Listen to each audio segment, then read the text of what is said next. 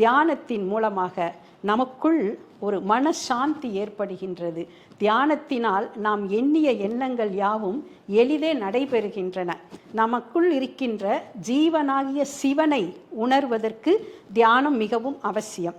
சிவனை அறிவது அரியதிலும் அரியது, சிவனை அறிவது எளியதிலும் எளியது, சிவனை அறிவது இனியதிலும் இனியது, சிவனை அறிவது அரியது எளியது இனியது என்று அறியும் அறிவது அரியதல்ல. நமக்குள் ஜீவனாக சிவன் இருந்து கொண்டிருக்கிறான். அந்த சிவனோடு ஆத்மார்த்தமாக நமக்குள்ளே சென்று தேடி பார்க்கும் பொழுது இந்த பிரபஞ்சத்தில் இருக்கிற சக்தியை தியானத்தின் மூலமாக நாம் அதிகமாக உள்வாங்கி அதனால் ஏற்படக்கூடிய சக்தியின் மூலம் நம் வாழ்க்கை தரத்தையும் நாம் மேம்படுத்தலாம். அதனால் தியானம் அவசியம் அனைவரும் செய்ய வேண்டிய ஒரு செயல். தியானம் செய்வதற்கு நேரம் காலம் எல்லாம் பார்க்கவே வேண்டாம்.